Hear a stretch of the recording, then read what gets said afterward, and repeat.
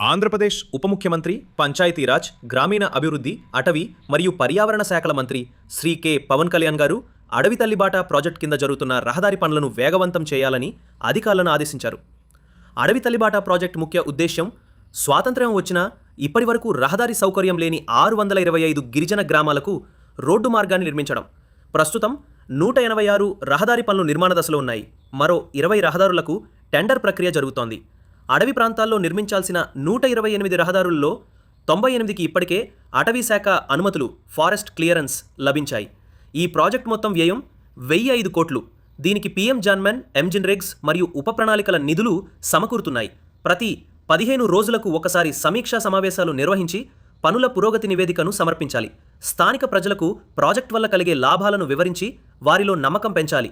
ఎప్పటినుంచో రోడ్డు సౌకర్యం లేని ప్రాంతాల్లో రహదారులు నిర్మిస్తున్నాం, సవాళ్లు ఎదురైనా సరైన ప్రణాళికతో వాటిని అధిగమించాలి అని ఆయన అన్నారు.